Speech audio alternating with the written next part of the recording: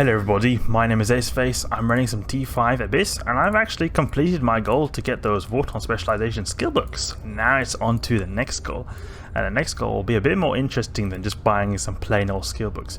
So when it comes to the Vorton Specialization skill books, you can see here I've got all of them right here. I'm really happy that it's finally achieved. They cost quite a bit, a couple of billion to get them actually. It was not cheap, to say the least. It has a lot to do with the materials required to use them or to produce them in the LP store. They're not that easy to come by, at least, so that's why they go for a really expensive price. But I've got them now, and I really want to be able to use the Stormbringer as a T4 Abyss platform. That's definitely something I'm working on. Not 100% like fixed. I've not completely like figured out which fit I will use or how I will go about doing it, but it's definitely like in my ideas or on the horizon. But the new goal now is actually to do something else when it comes to money making. So the Stormbringer is not really extremely expensive. The ammo is quite expensive, but the ship itself is not extremely expensive. The fit for T4 Abyss I've got, it costs like 600-500 mil. That's not the next thing I'm trying to get though, because I can probably easily get that one way or another. The next big thing I want to get now is actually to be able to get a Nergal for doing L4 burner missions. So if you guys don't know what burner missions are like these special missions that require you to kill a specific target that is usually very, very deadly. Usually a very, very deadly target. It's extremely powerful. Like maybe it could be just that you have to kill one frigate. One frigate is really powerful. It's like equivalent of like a player frigate. Like when it comes to the NPC stats, there's using probably like dead space modules, like faction modules, like a really powerful frigate. Like you could sometimes be up against maybe a daredevil or a single Dramiel, and you'll really have to overheat and properly overheat and use really expensive modules to be able to take it out with ease. That's the thing with these missions. These burner missions, they're very specific. There's very many different types of these burner missions. So there's, for example, there's something called a different types of pirate factions exist, you know, Goristas, Serpentis, etc. So there's often like a burner daredevil, like the Serpentis one, or a burner Dramiel, or a burner crew, or yeah, something like that. You know, there's like a specific pirate ship that you have to kill, and often these are very specific in nature. Like the certain NPC has very specific properties. For example, they could maybe web very much, or they could have very fast speed, or very small signature radius. So you have to have really good tracking. So you have to often, if you want to run these, the classical way of doing them has been to run them with many different types of specialized ships. Often it's seen that people have like maybe, I don't know, maybe 8-12 ships to run all the burner missions, because they have a specific ship that specifically is fitted to be able to run the burner missions. The thing is, the Nergal is such a powerful frigate, and is especially excelling in the 1v1 scenarios because of the way the disintegrators spool up. You can actually use a Nergal to be able to do almost all burner missions actually, and it's not particularly expensive. The thing that is really expensive is the modules, but what you have fitted at the time is not particularly expensive, but you will buy a lot of expensive modules to swap out the modules depending on which burner mission it is. But actually Halus Gaming is actually a YouTuber who specializes a lot in doing burner missions, and he actually came up with a fit to use a Nergal to solo almost all burner missions. That's something I'm trying to get to now.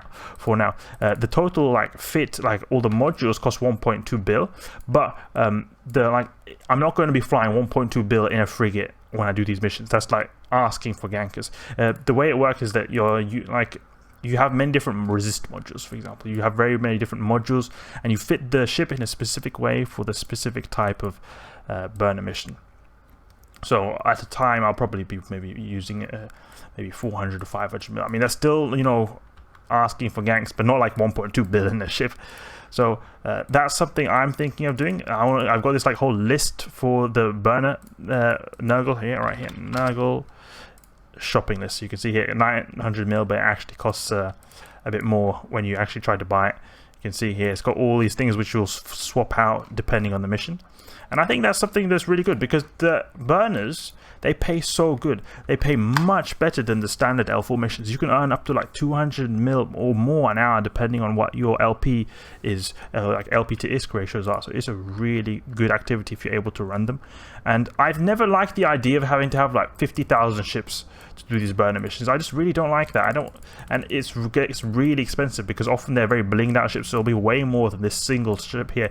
Even though it's a lot of money that's need to be spent on this one ship here, but it's not. It'll be a lot more having to get all those other small ships to be able to, all those specialized ships to be able to do all the individual burner missions.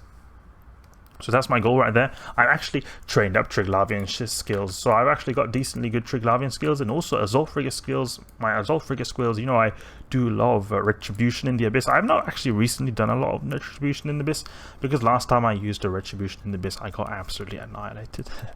And I've just I've taken a bit of a pause from that. I don't want to throw too many Nergals into Abyss unnecessarily. I had a bit more success with the Purifier, but the point is, I trained up a lot of Assault Frigate skills to be able to fly the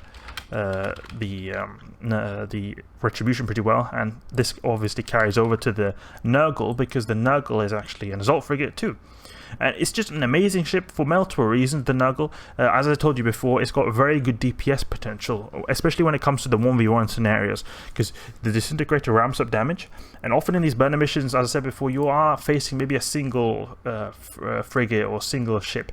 It's sometimes you have 3, but it's very few targets. That's the point. So you'll have a lot of potential to ramp up your damage with the Nergal, and that way you'll be able to fully utilize your Disintegrator, and you'll be able to achieve really crazy DPS levels. The default, we've done the Nergal in the Abyss before, so we saw, if you've seen that video, you've seen how much DPS that can achieve. You're like, without any spool, you're like 200 to 300 DPS. With spool, you're up in the 500 plus DPS level. That's like crazy DPS. You've got cruiser level DPS, and then you've got the application that is even better than many frigates, because the Disintegrators, the Triglavian weapons, they're actually known for having quite very good tracking. Like I'll notice that when I'm against, even in the Abyss actually, when I'm against these Leshaks, the Triglavian battleship, I'll often see that actually they are tracking me really well. And I know it has a bit to do with my MWD, but even if I am running Abyss in cruisers or even frigates with afterburners, I noticed that compared to the typical NPC battleship, those Leshaks are good at tracking really well, and the same goes for the Vedmax as well. They track really good, really good. It's very hard to speed tag these, and that is something that'll especially be valuable when it comes to the frigate, because since the frigates, small weapons in general, track really well, if you have a disintegrator, a small disintegrator, that'll be very good. And that's very useful, because in often a lot of these burner missions, the ships, they go really fast, like really fast, and so it really necessitates sometimes that you have some very, very good tracking. So let's see now, just get this node right here. It's a very useful thing, and the Nergal, honestly, I hope they don't nerf it. There is always the potential of that thing getting nerfed, and I don't look forward to if it does get nerfed, but it doesn't seem to be too overpowered in any particular region right now.